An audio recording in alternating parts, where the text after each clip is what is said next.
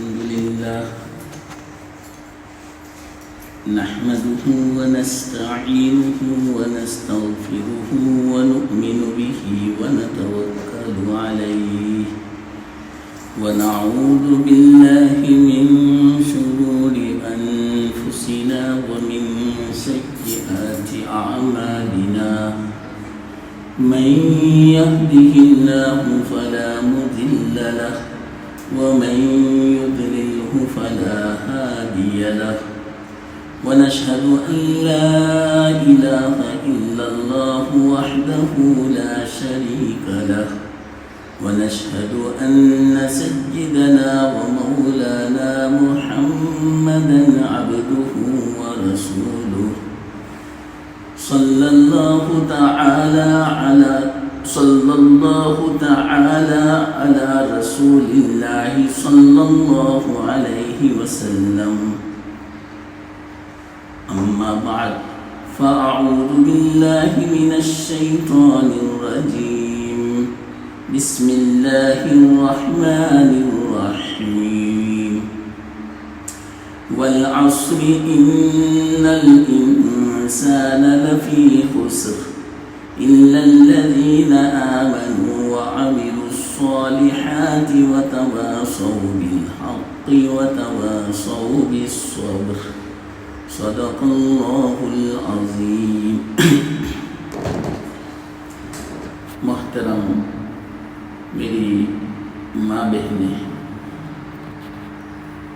سب سے پہلے تو آپ کو میں مبارکبادی پیش کرتا ہوں اور دل سے دعا بھی نکلتی ہے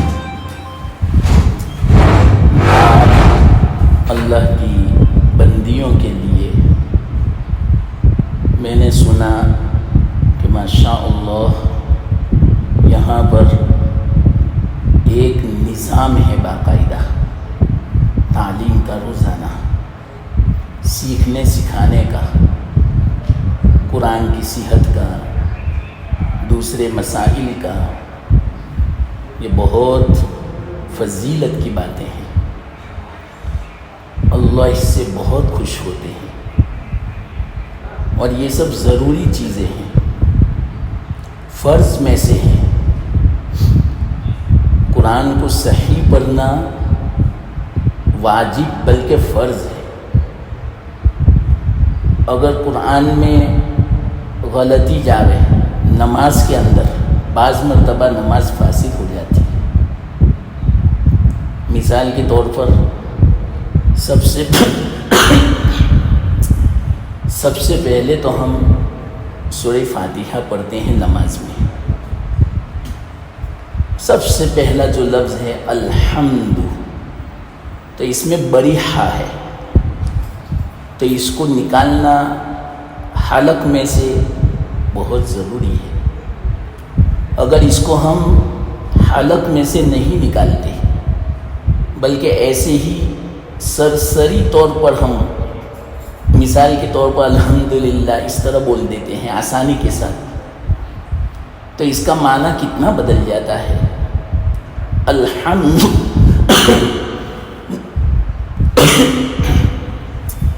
جو بڑی ہا ہے اس کا معنی ہوتا ہے تمام تعریفیں اللہ کے لیے جو سارے عالم کا پرورش کرنے والا ہے. تو اس کا معنی ہوتا ہے ساری تعریف. اور اگر ہم نے ہا نہیں پڑھی، ہا پڑھی سرسری طور پر، تو اس کا معنی بالکل بدل جاتا ہے. اس کا معنی ہوتا ہے پھٹا پرانا میلا کچیلا کپڑا اللہ کے لیے. کتنا خطرناک معنی بدل گیا، آپ اندازہ لگاؤ میری ماں بہن. بہت ضروری ہے، بہت خوشی ہوئی. اللہ تعالیٰ آپ کو قائم دائم رکھے اس نظام پر، اس شوق اور رغبت پر. یہ تو تعلیم کا شوق ہے، تعلیم کا جذبہ ہے. اور جب بھی میں نے سنا اس طرح پروگرام ہوتے ہیں تو ماشاءاللہ اچھی خاصی تعداد میں یہاں کی عورتیں جمع ہوتی ہیں. یہ دین کا ایک شوق اور جذبے کی علامت ہے. بہت مبارکباد ہے. تو اسی طرح یہ جو تعلیم ہے، مثال کے طور پر ایک میں مثال دے دوں. یہ مخرج جو ہے نا، عربی زبان بہت نازک ہے. عربی زبان بہت نازک ہے. کتنی نازک؟ حرف بدل جاوے تو معنی بدل جاتا ہے. میری ماں بہنیں یاد رکھنا، ہم رکوع کے اندر ایک تسبیح پڑھتے ہیں، سبحان ربی العظیم، زوئی پڑھتے ہیں. یہ صحیح ہے. اگر کسی سے زو نہیں نکلتا بلکہ زو کی جگہ پر جیم نکل جاتا ہے، اس طرح اگر بولے عجیم، کیونکہ بعض مرتبہ زو نکالنا تھوڑا مشکل ہوتا ہے بعضوں کے لیے، تو جیم اگر نکل جاوے تو نماز فاسد ہو جاتی ہے. اس سے آپ اندازہ لگاؤ یہ تعلیم کا سلسلہ کتنا ضروری ہے. قرآن کی صحت کا، قرآن کو صحیح مخرج کے ساتھ ادائیگی کا یہ سلسلہ بہت ضروری ہے. اس لیے اگر کوئی جیم پڑھ لے وے نماز فاسد. تو میں مبارکبادی سب سے پہلے پیش کرتا ہوں آپ کو جو یہ شوق ہے. یہ بہت بڑی عبادت ہے. حدیث میں آتا ہے، اللہ کے رسول صلی اللہ علیہ وسلم کا ارشاد کا خلاصہ ہے کہ صبح کے وقت میں کوئی اگر ایک آیت کو سیکھ لے وے 100 رکعت سے افضل ہے. ہم 100 رکعت پڑھنا چاہیں تو 2-3 گھنٹے لگ جاوے، اور ایک آیت اگر کوئی سیکھ لے وے اچھی طرح صحت کے ساتھ 100 رکعت سے افضل ہے. اتنا ثواب ملتا ہے. اور دین کی ایک مجلس میں جمع ہو جاوے تو اللہ تعالی 1000 رکعتوں سے زیادہ ثواب عطا فرماتے ہیں. اور 1000 جنازوں میں اگر کوئی شریک ہوا ہو اتنا ثواب عطا فرماتے ہیں. میری ماں بہنیں، آپ تو جنازے میں شریک نہیں ہو سکتی، تو یہ جو پروگرام ہوتے ہیں دینی، علماء آتے ہیں. اگر علماء نہ ہو تو آپ آپس میں جو تعلیم کر لیتی ہو، تو یہ جو پروگرام ہے تو اس میں جنازے کا ثواب بھی مل جاتا ہے. اور 1000 جنازے جو مقبول جنازہ ہو، اور ایک جنازے میں اگر کوئی شریک ہو جاوے، کوئی ساتھ میں چلے تو 1 قرات کا ثواب ملتا ہے. حدیث میں ہے. صحابہ نے پوچھا تھا کہ یا رسول اللہ صلی اللہ علیہ وسلم، یہ 1 قرات کتنا ہوتا ہے؟ تو فرمایا احد پہاڑ کے برابر. تو اگر جنازے کے پیچھے کوئی چلے تو 1 قرات احد پہاڑ کے برابر نیکی ثواب ملتا ہے. اور جنازے میں کوئی شریک ہو جاوے نماز میں 1 قرات. اور تدفین تک، دفن کرنے تک اگر کوئی وہاں حاضر رہے تو 1 قرات. تو ایک جنازے میں 3 قرات کا ثواب ملا. تو 1000 جنازے میں 3000 قرات کا ثواب ملا. تو 3000 احد پہاڑ کے برابر ثواب ہمارے لیے ذخیرہ ہو جائے قیامت کے دن. اور میری ماں بہنیں یاد رکھنا، قیامت کا دن بڑا خطرناک ہے. وہاں نیکیوں کی بہت ضرورت پڑے گی. جیسے ہم کہیں بازار جاتے ہیں، خاص شاپنگ کے لیے جاوے، ہماری بچی کی شادی ہو یا لڑکے کی شادی ہو، اور ارادہ کرے کہ ہمیں دبئی سے سب شاپنگ کرنا ہے یا انڈیا سے شاپنگ کرنا ہے، تو آپ اندازہ لگاؤ آپ کتنی تیاری کرتی ہو، کتنا پیسہ جمع کرتے ہو ساتھ میں، کہ کہیں کمی نہ پڑ جاوے.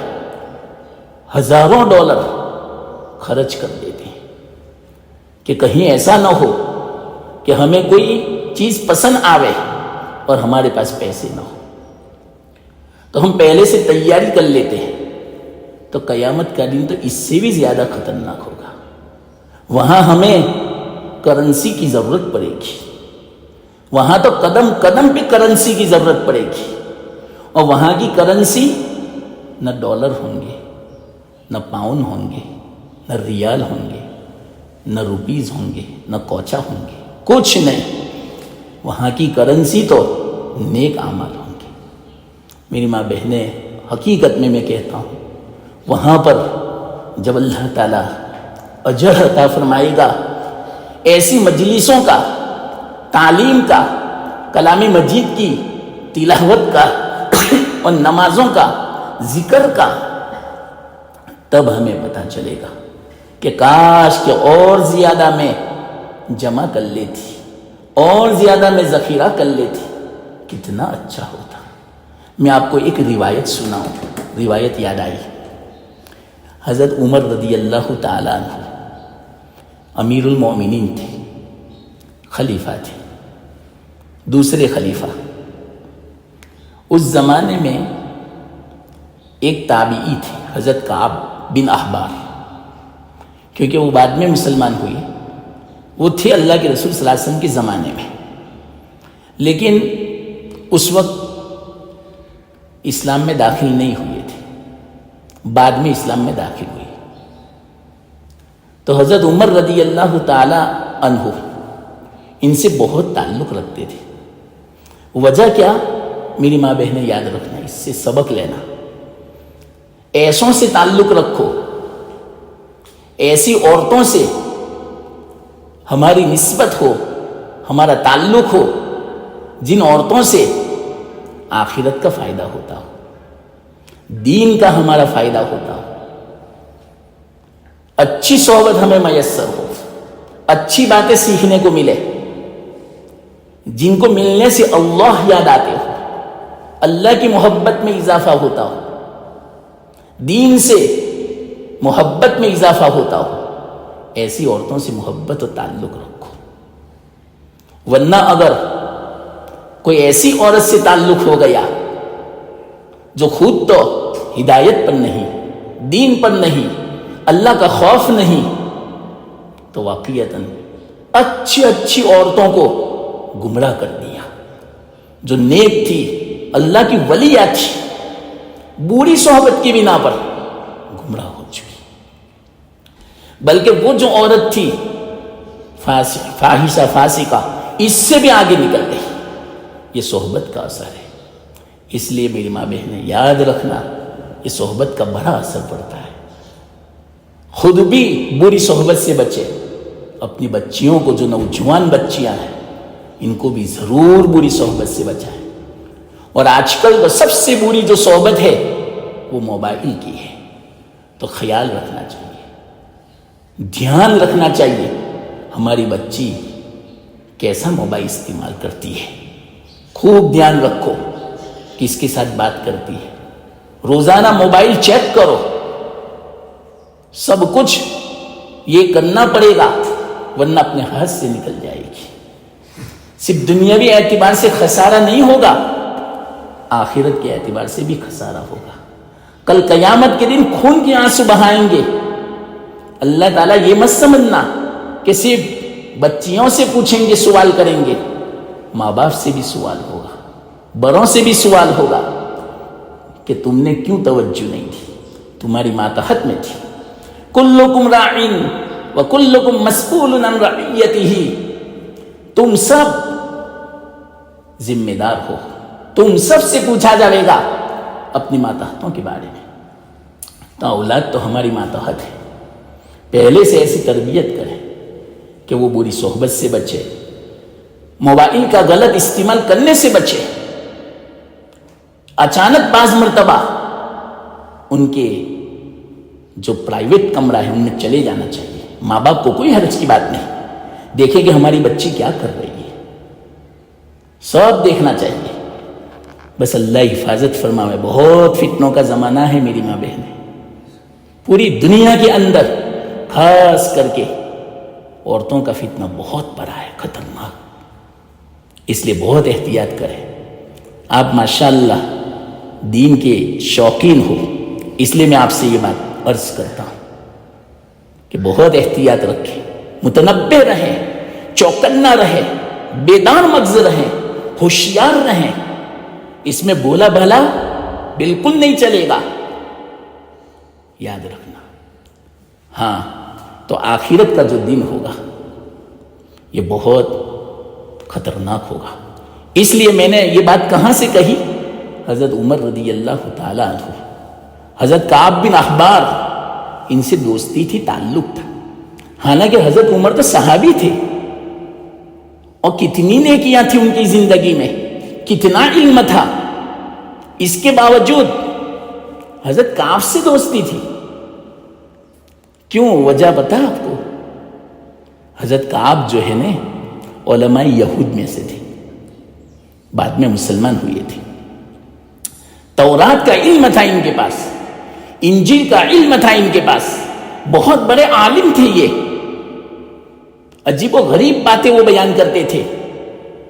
حضرت عمر کو بہت پسند تھا، علمی شخصیت تھی، علم سے تعلق تھا. جیسے واقعیتاً میں دل سے آپ کو، میں نے شروع میں کہا، مبارکبادی پیش کرتا ہوں.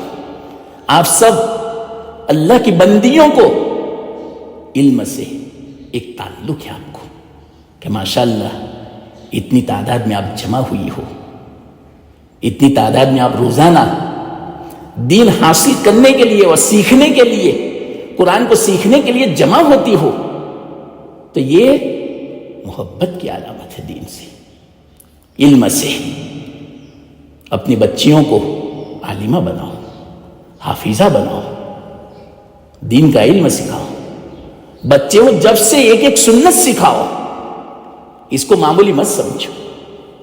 ایک ایک معمولی سنت سکھانا، ادب سکھانا.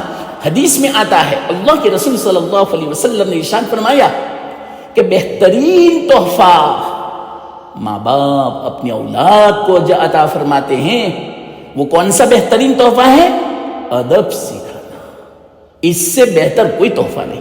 آج ہم اپنی بچی کو گاڑی دلا دیں، موبائل دلا دیں، زیورات دلا دیں، ہزاروں لاکھوں روپیوں کے، اور اسی طرح ان کو کوئی فلیٹ دے دے، مکان بنا دے.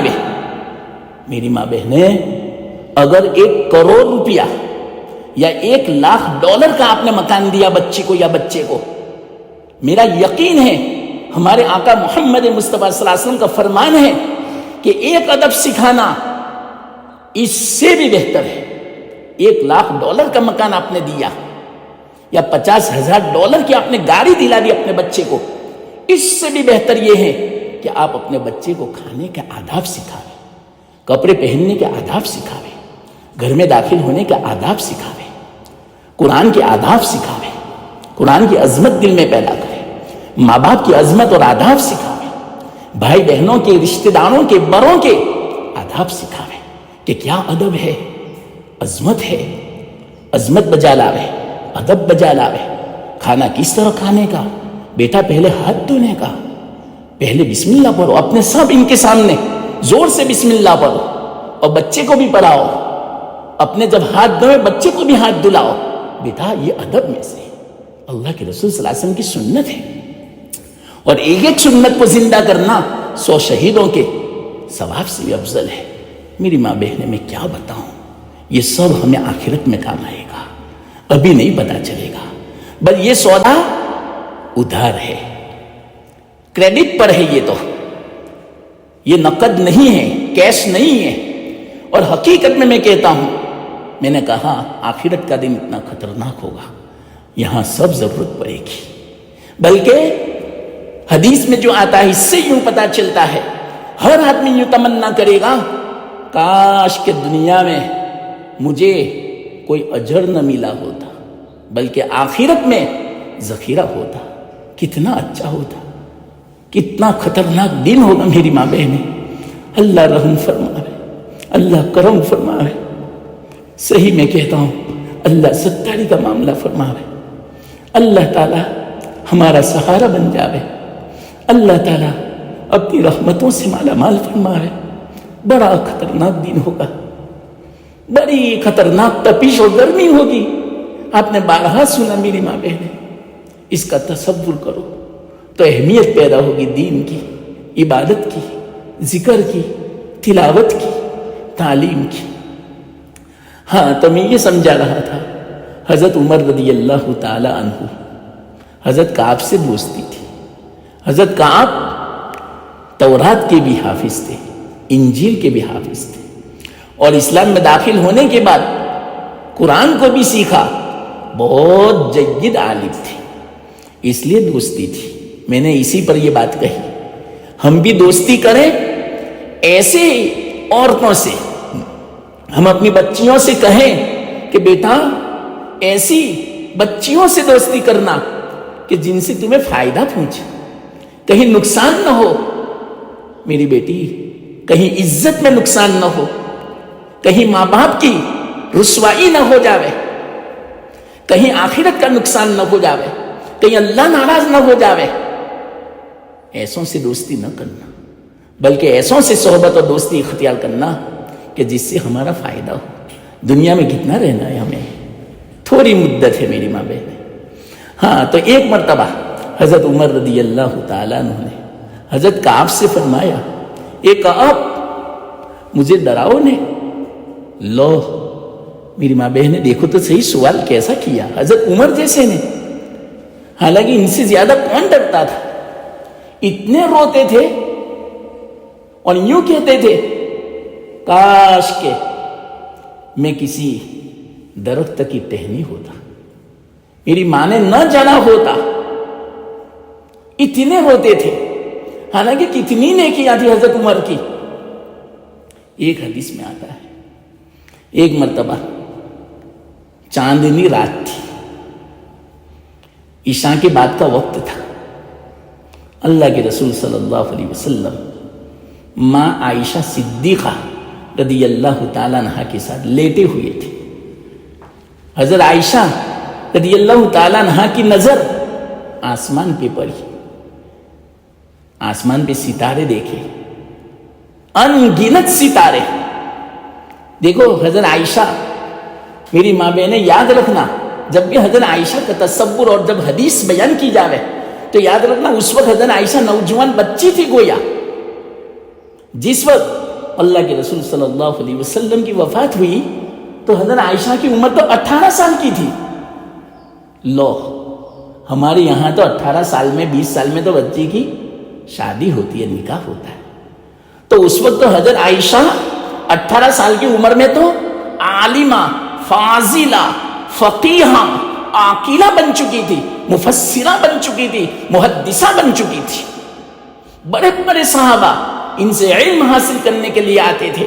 صحابہ خود فرماتے ہیں، بڑے بڑے صحابہ علماء، کہ جب ہمیں کسی مسئلے میں گنجلت پیش آتی، مشکلی پیش آتی، تو ہم حضرت عائشہ ماں کے پاس جاتے، ام المومنین کے پاس، تو ہمارا مسئلہ چٹکی میں حل ہو جاتا۔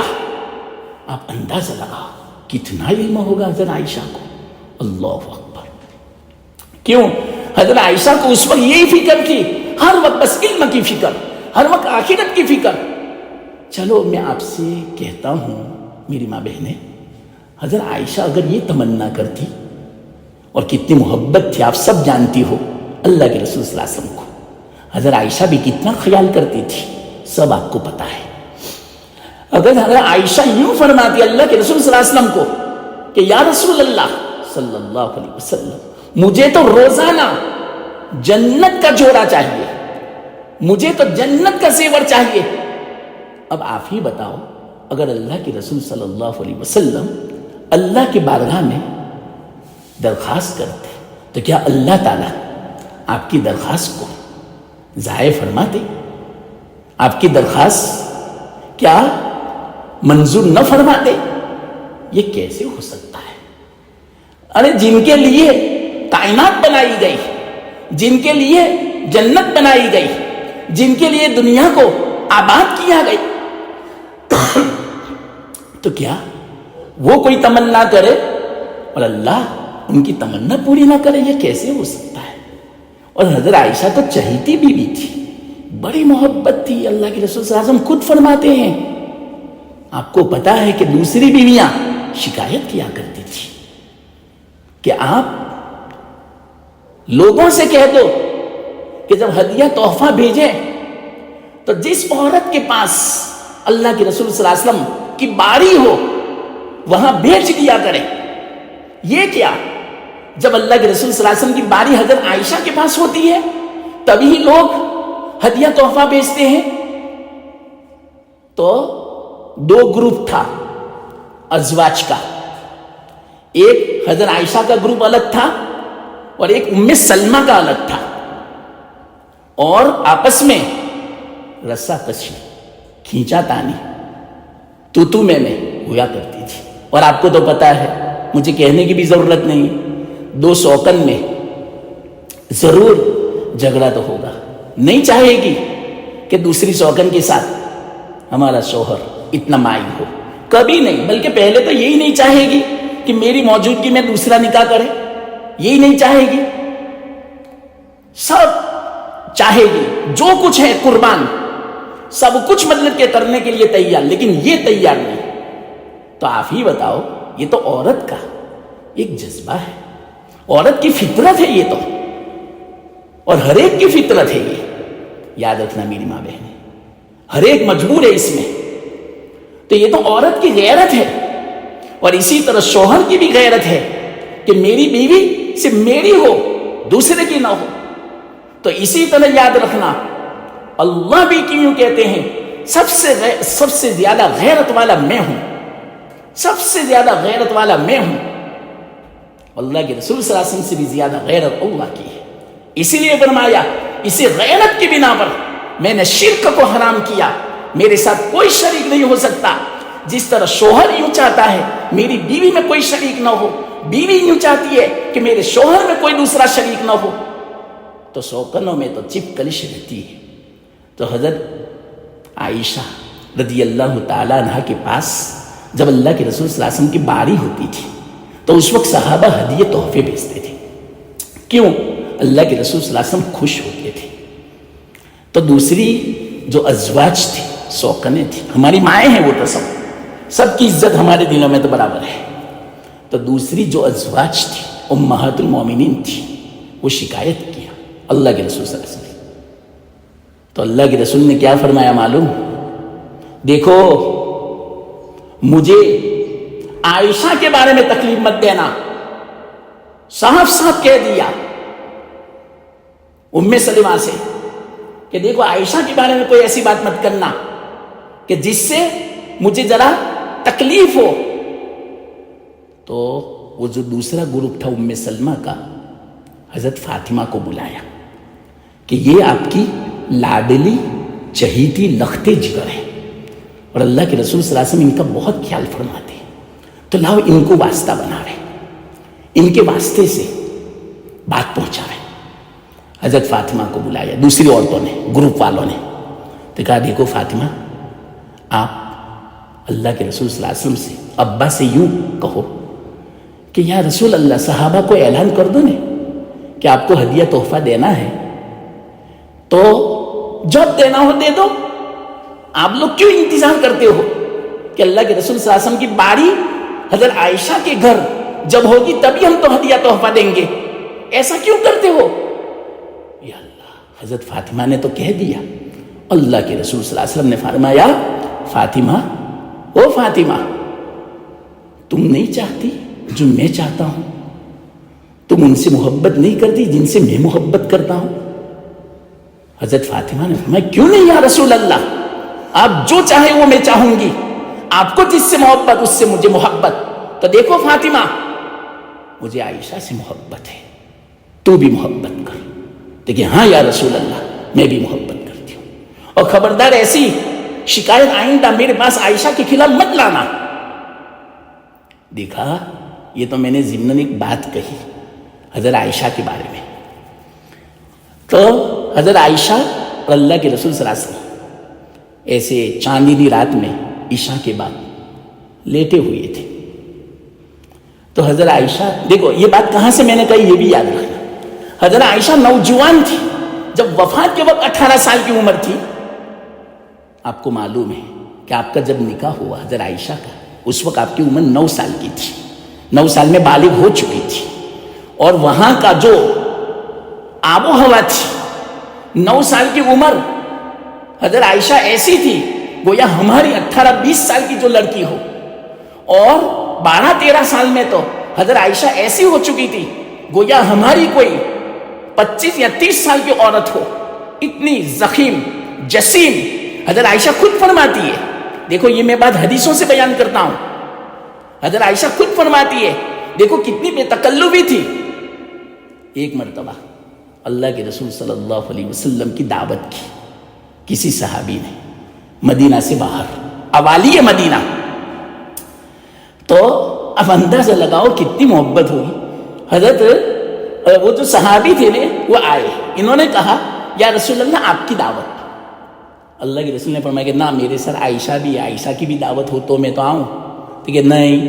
اب اندازہ لگاؤ کتنی بے تکلفی کا زمانہ تھا.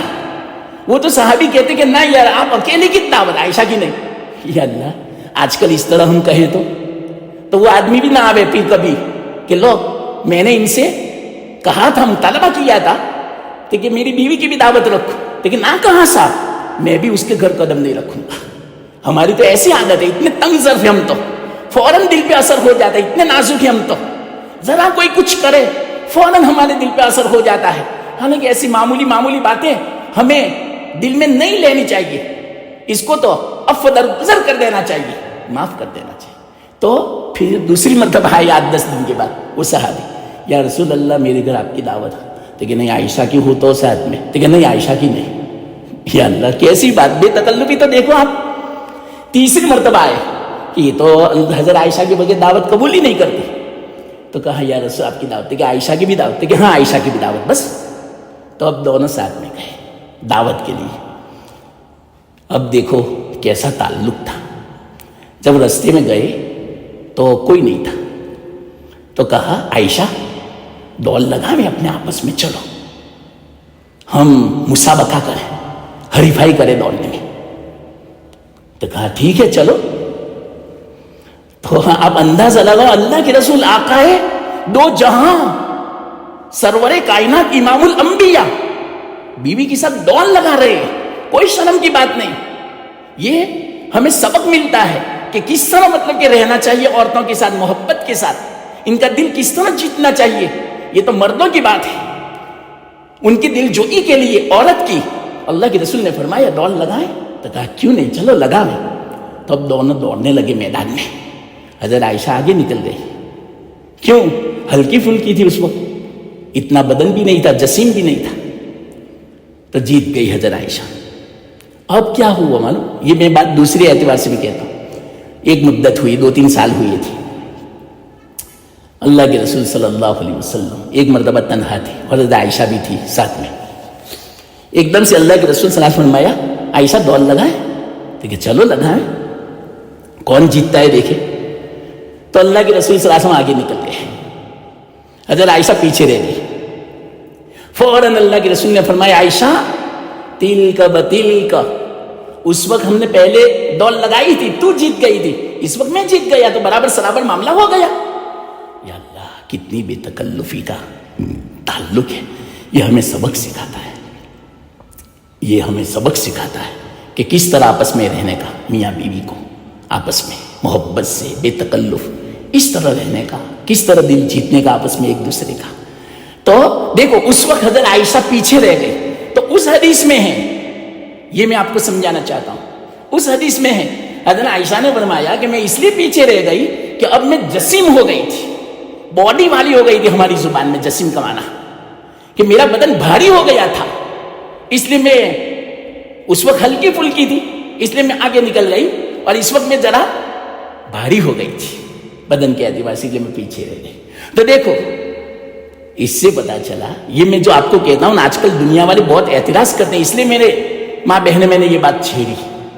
دنیا والے کہتے ہیں کہ دیکھیں ان کے نبی نے تو ایک 9 سال کی بچی سے نکاح کیا. ارے آپ کو پتا ہے وہ زمانہ کیسا تھا اور اس زمانے میں کیا حالات تھے, وہ پوری تاریخ دیکھے تو پتا چلے, اعتراض ہی نہ ہو. یہ تو اللہ کے رسول صلی اللہ علیہ وسلم کو بدنام کرنے کے لیے اس طرح یہ یورپ والے مستشرقین مطلب اس طرح اعتراض کرتے ہیں, لیکن ان کا اشکال بالکل بیکار ہے. وہ زمانہ تو بالکل بے تکلف تھا اور یہ عام رواج تھا. اور اس زمانے کی عرب کی جو عورتیں ہوتی تھی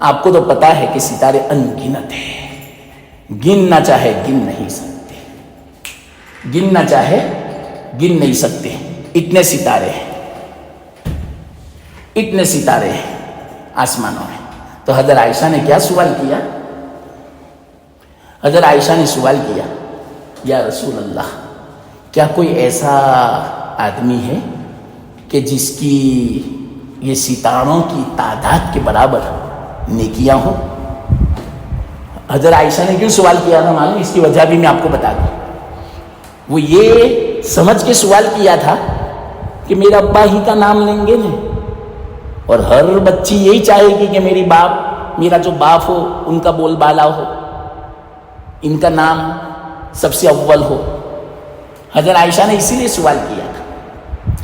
تو اللہ کے رسول صلی اللہ علیہ وسلم نے فوراً کیا بتایا معلوم؟ ہاں، آسمانوں کے ستاروں کے مانند نیکیاں ہیں ایک آدمی کی۔ تو حضرت عائشہ نے پوچھا کس کی؟ تو کیا عمر کی؟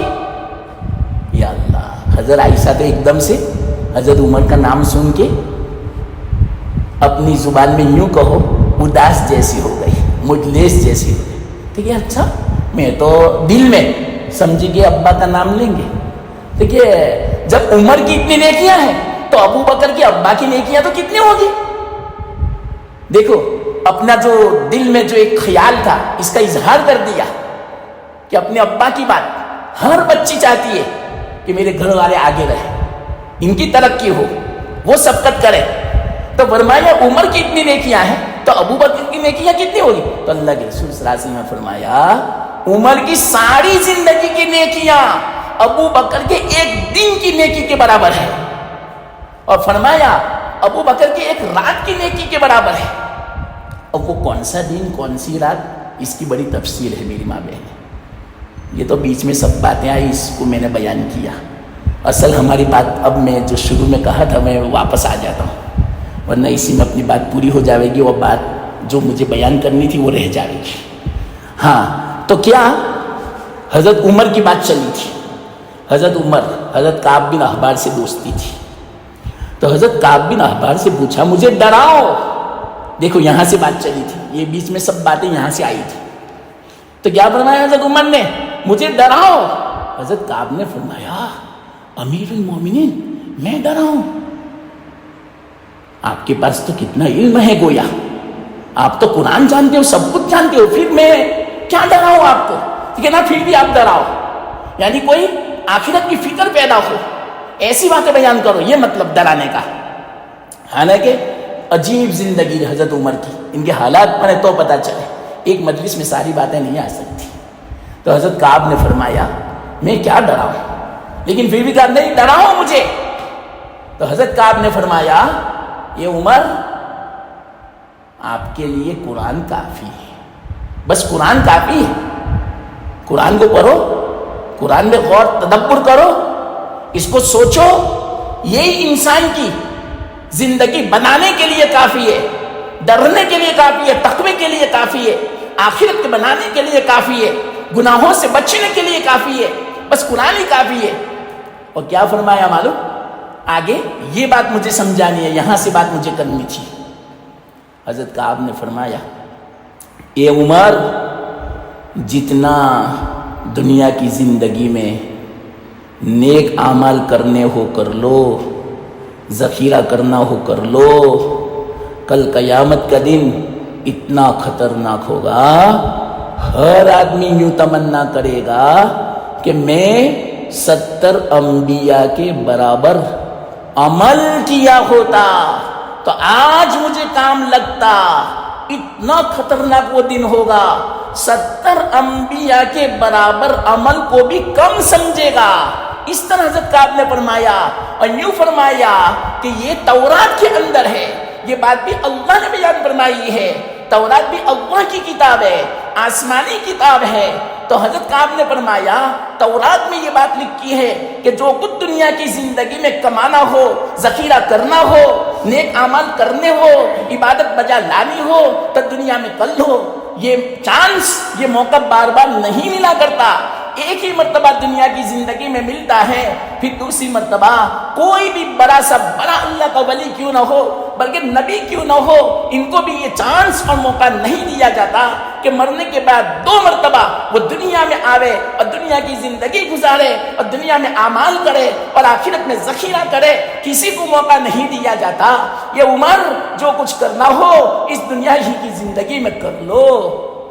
یہ بات بیان فرمائی۔ ہاں، تو یہ مجھے سمجھانا تھا، اس بات کو بیان کرنا تھا، اور اس کے بیچ میں دوسری بہت ساری باتیں آ گئی۔ تو یہ ہمارا جو دنیا کا زمانہ ہے، یہ جو میں نے سورت تلاوت کی والعصر، زمانے کی قسم، تو اللہ تعالیٰ قسم کھا رہے ہیں زمانے کی، یعنی کس کی؟ یہ وقت کی قسم، زندگی کی قسم، ہماری عمر کی قسم۔ اللہ تعالیٰ نے کیوں قسم کھائی؟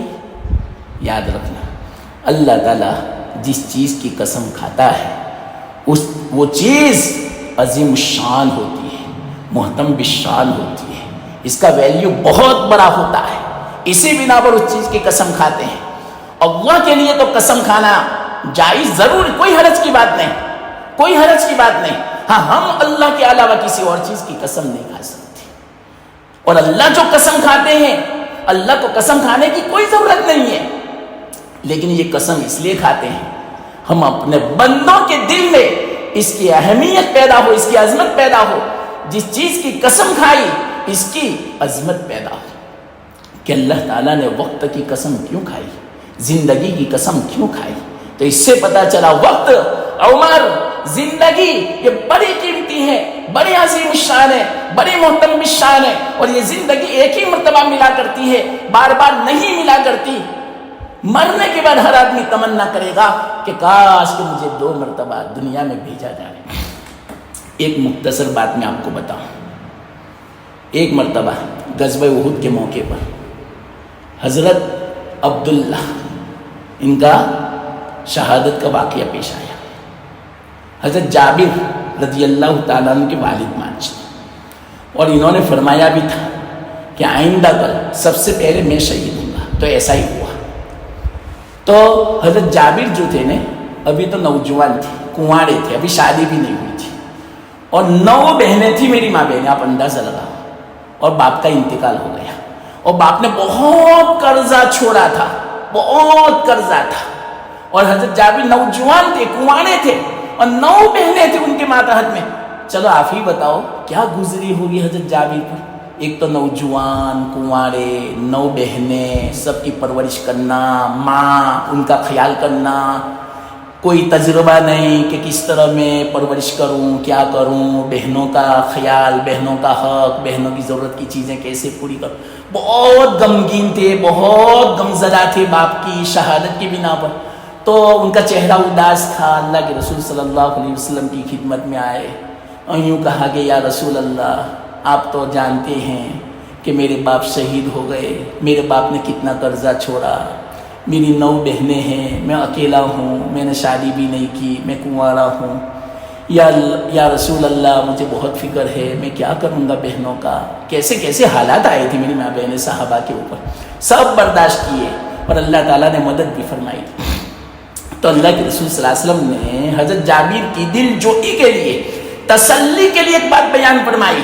کیا فرمایا؟ جابر، میں کیا ایسی بات نہ بتاؤں، ایسی بات نہ بتاؤں کہ جس سے آپ کا دل خوش ہو جاوے، یہ سب آپ کا غم دور ہو جاوے، آپ کی پریشانی دور ہو جاوے۔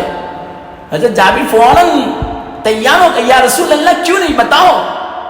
تو کہا کہ آپ کے ابا جب اللہ کی بارگاہ میں کھڑے کیے گئے، ان کی پیشی ہوئی، تو آپ کے ابا سے اللہ تعالیٰ نے روبرو بات کی۔ یا اللہ، تمام سے جن سے بھی بات ہوتی ہے پردے میں بات ہوتی ہے، اللہ کا دیدار، اللہ کی زیارت نہیں ہو سکتی، ابھی ہم نہیں کر سکتے، وہ تو قیامت کے دن جب جنتی جنت میں پہنچ جائیں گے، اور اس کے بعد جب اللہ چاہے گا ہر جمعہ کو میدان مزید میں ایک مجلس قائم فرمائیں گے، لمبی حدیث ہے، عجیب و غریب باتیں اس میں اللہ کے دیدار کے بارے میں، وہاں تلاوت بھی ہوگی، حضرت داؤد علیہ السلام بھی تلاوت کریں گے, اللہ کے رسول صلی اللہ علیہ وسلم بھی تلاوت کریں گے, اور آخر میں اللہ تلاوت کرے گا الرحمن علم القرآن. یہ سورت میری ماں بہنیں کیا عجیب سما ہوگا, کیسا منظر ہوگا. حضرت داؤد کی تلاوت سننے کے بعد لوگ کہیں گے کہ ایسی تلاوت تو آج تک ہم نے کبھی نہیں سنی. اللہ فرمائے گا اس سے بھی بہتر تلاوت سناؤ.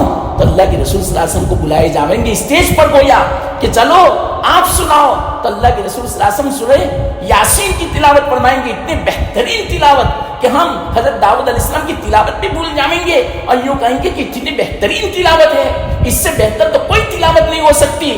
پھر اللہ فرمائیں گے اس سے بھی بہتر تلاوت سننی ہے آپ کو, تو ہم کہیں گے کیوں نہیں یا اللہ.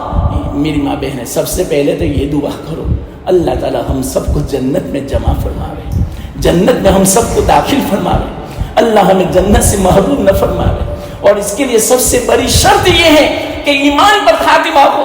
تو ایمان پر خاتمے کو معمولی مت سمجھو, ہر وقت اپنی دعا میں یہ کہتے رہو یا اللہ ایمان پر خاتمہ نصیب فرمانا, کہیں یا اللہ کہیں مرتد نہ ہو جائے ہماری اولاد اور ہم, کہیں ارتداد نہ ہو جاوے, کہیں شرک نہ کریں, کہیں کفر اور نفاق کا معاملہ پیش نہ آ جاوے, اللہ اس سے ہماری حفاظت فرمانا.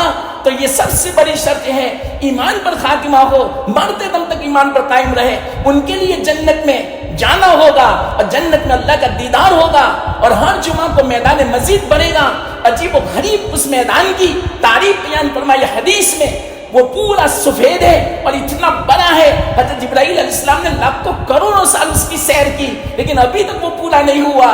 وہی مطلب کہ کرسیاں لگائی جاوے گی, وہیں نور کے ٹیلے ہوں گے, وہیں مطلب کہ مشک و عنبر کے ٹیلے ہوں گے, اللہ تعالیٰ بھی براجمان ہوگا, اسٹیج لگے گا, تمام انبیاء ہوں گے, اولیاء ہوں گے. اتنا زبردست وہ مجلس اور اتنی زبردست وہ جلسہ ہوگا کہ ہمارا دل خوش ہو جائے گا. یہ سب کب ہوگا؟ جبکہ ہمارے ایمان پر خاتمہ. تو اللہ فرمائیں گے اس سے بھی بہترین قرات سننی ہے, تو سب ہم کہیں گے کہ کیوں نہیں. تو اللہ فرمائے گا اب میں سناتا ہوں چلو. تو اللہ تعالیٰ الرحمن علم القرآن یہ سورت سنائیں گے. آپ اندازہ لگاؤ اللہ جب پڑھے گا, اللہ جب سنائے گا کیسا معاملہ ہوگا. ارے ہم بے ہوش ہو جائیں گے. ایک طرف اللہ کا دیدار ہوگا, اللہ کا دیدار ہوگا, اللہ کی زیارت ہوگی, اللہ کی تلاوت سنیں گے, اتنی بہترین تلاوت ہوگی, سب ہم بھول جائیں گے. تو بالکل براہ راست اللہ کا دیدار کل قیامت کے دن ہوگا. اس سے پہلے اللہ تعالیٰ پردے میں دیدار فرماتے, پردے سے بات کرتے ہیں. تو کیا فرمایا اللہ کے رسول صلی اللہ علیہ وسلم نے حضرت جابر سے, کیا میں آپ کو ایسی بات نہ بتاؤں کہ جس سے آپ کا دل خوش ہو جاوے؟ کیوں نہیں یا رسول اللہ بتاؤ. تو فرمایا اللہ کے رسول صلی اللہ علیہ وسلم نے, اے جابر ہر ایک سے, چاہے وہ صحابی کیوں نہ ہو, چاہے وہ شہید کیوں نہ ہو, ہر ایک سے اللہ تعالیٰ بات جب کرتا ہے تو پردے میں کرتا ہے. لیکن آپ کے باپ کی جب باری آئی تو آپ کے باپ کے ساتھ اللہ تعالیٰ نے پردے کو ہٹا لیا اور روبرو باتیں کی. اللہ اکبر, کتنی خوشی کی بات ہے میری ماں بہنیں.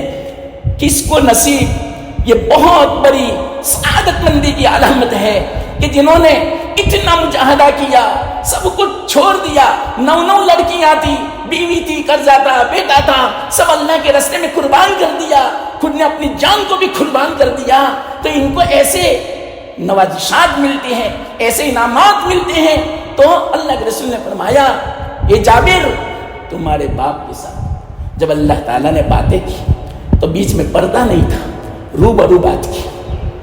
اور کیا کہا معلوم اللہ نے, اے عبداللہ, اے میرے بندے, بولو, مانگو, کیا چاہتے ہو, جو آپ مانگو گے میں دوں گا.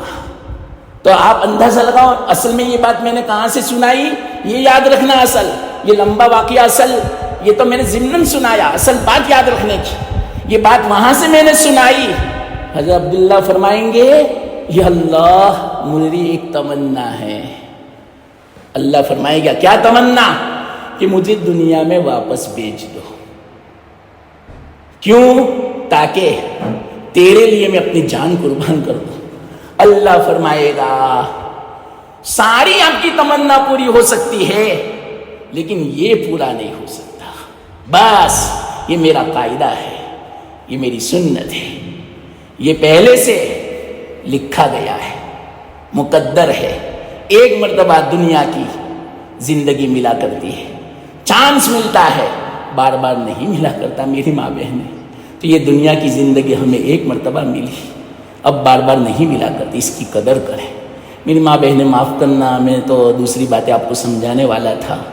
یعنی جو آئندہ کل 15ویں شعبان ہے، اس رات کے بارے میں کچھ سمجھانے والا تھا. یہ بھی ایک زمانہ ہے، شعبان کا مہینہ یہ بھی ایک وقت ہے، اور اسی طرح رمضان کا مہینہ آتا ہے، یہ بھی ایک وقت ہے، بار بار نہیں آتا. معلوم نہیں آئندہ 15ویں شعبان ہمیں ملتی ہے، رمضان ملتا ہے، یہ مہینہ ملتا ہے کہ نہیں، ہمیں آئندہ زندگی دن رات ملتے ہیں یا نہیں. تو اس کے بارے میں مجھے کچھ سمجھانا تھا، کہنا تھا، لیکن میں نے گھڑی دیکھی تو 4 بجنے آئے. ابھی تو دعا بھی باقی ہے، اور مجھے 3 سے 4 بجے تک کا وقت دیا تھا، اور آپ کو بھی کام ہوگا، کچھ پکانا یا کچھ بچوں کو لینے جانا، یہ وہ سب ہوگا. اس لیے دل تو نہیں چاہتا، لیکن پھر بھی بس جو مجھے وقت دیا تھا اس وقت میں اپنی بات میں پوری کرتا ہوں. ورنہ یہ جو 15ویں شعبان آئندہ کل آ رہی ہے، اس کی فضیلت اور اس کی اہمیت اور یہ کیا ہے، اس کو مجھے سمجھانا تھا. اور خاص کر کے یہ زمانے ہی کے متعلق مجھے سمجھانا تھا کہ اس کی قدر کر لے، نمازوں کی پابندی کر لے، تلاوت کی پابندی کر. یہ ساری فضیلت 15ویں شعبان کی، اس مہینے کی، رمضان مبارک کی کلام مجید کی بنا پر ہے. تو کلام مجید کی تلاوت پابندی سے کریں، نماز پابندی سے پڑھیں، نفل سنتیں، چلتے پھرتے ذکر، یہ سب کرتے رہیں اور خوب دعا کرتے رہیں. یہ راتیں، یہ دن اسی کے ہیں، یہ فضیلت کے ایام چلتے ہیں، یہ تو عبادت کے ایام ہیں. کل قیامت کے دن واقعتاً میں نے ابھی بتایا 70 انبیاء کی عبادت اور اس کے عمل کے برابر بھی ثواب کو کم سمجھے گا. تو جو کچھ کرنا ہے یہاں کر لے، بڑا اچھا موقع ہے. تو اللہ سے دعا کرے، اللہ ہدایت دے، توفیق دے، صحیح سمجھ دے. یاد رکھنا، اللہ فرماتے تم دنیا مانگو گے تو میں دیکھوں گا کہ یہ دنیا تمہارے لیے بہتر ہے یا نہیں. اگر بھلی ہوگی بہتر تو میں دوں گا، لیکن آخرت کا کوئی سوال کروں گے، ہدایت کا سوال کروں گے، توفیق کا سوال کرو گے، میں پورا دوں گا، ضرور دوں گا. اور کوئی ادھورا نہیں، بلکہ اس سے بھی زیادہ دوں گا، بلکہ فضل کا معاملہ کروں گا. اس لیے ہم اللہ تعالیٰ سے ہدایت مانگے، آخرت کی کامیابی مانگے، جنت مانگے، اللہ کی رضامندی مانگے، عافیت مانگے، روزی میں برکت مانگے، اور اسی طرح صحیح توفیق ہو، ہدایت ہو، نمازوں کی توفیق ہو، گناہوں سے بچنے کی توفیق ہو. یہ سب مانگے، تقویٰ مانگے، انشاءاللہ دنیا خود بخود ملے گی، اور برکت والی، سکون والی ملے گی میری ماں بہنیں. یہ مجھے سمجھانا تھا، لیکن یہ کوئی بات نہیں آئی. چلو جو بھی ہو، اللہ نے جو کہنے کی توفیق دی، میں اللہ کی طرف سے سمجھتا ہوں کہ اسی میں انشاءاللہ خیر ہوگی اور اسی میں یہ فائدہ ہوگا. تو مجھے بھی اللہ تعالیٰ جو باتیں کہی گئی، سنی گئی، مجھے بھی آپ کو سب کو عمل کی توفیق دے، اور اللہ تعالیٰ اس کو قبول فرماوے. میرے کہنے کو بھی، آپ کے سننے کو، آپ کے آنے کو، جمع ہونے کو اللہ قبول فرماوے. وآخر دعوانا الحمدللہ رب العالمین. اللہم لک الحمد کما انت اہل، فصل وسلم علی سیدنا محمد کما انت اہل، وافعل بنا ما انت اہل، فانک اہل التقوی واہل المغفرہ. یا اللہ، یا ارحم الراحمین، ہماری مغفرت فرما، ہمارے حال پر رحم فرما، ہمیں صحیح سمجھ عطا فرما، صحیح توفیق اور ہدایت دے. یا اللہ، ہمیں عبادت کی توفیق دے، ہمیں وہ اعمال کی توفیق دے جس سے تو راضی ہو، ان اعمال سے بچا جس سے تو ناراض ہو. یا اللہ، ہمارا ایمان پر خاتمہ نصیب فرما، ہمیں جنت نصیب فرما، ہم سے تو راضی ہو جا. یا اللہ، ایک ایک سنت کو زندہ کرنے کی توفیق دے. یا اللہ، تیرے رسول صلی اللہ علیہ وسلم کی محبت دے.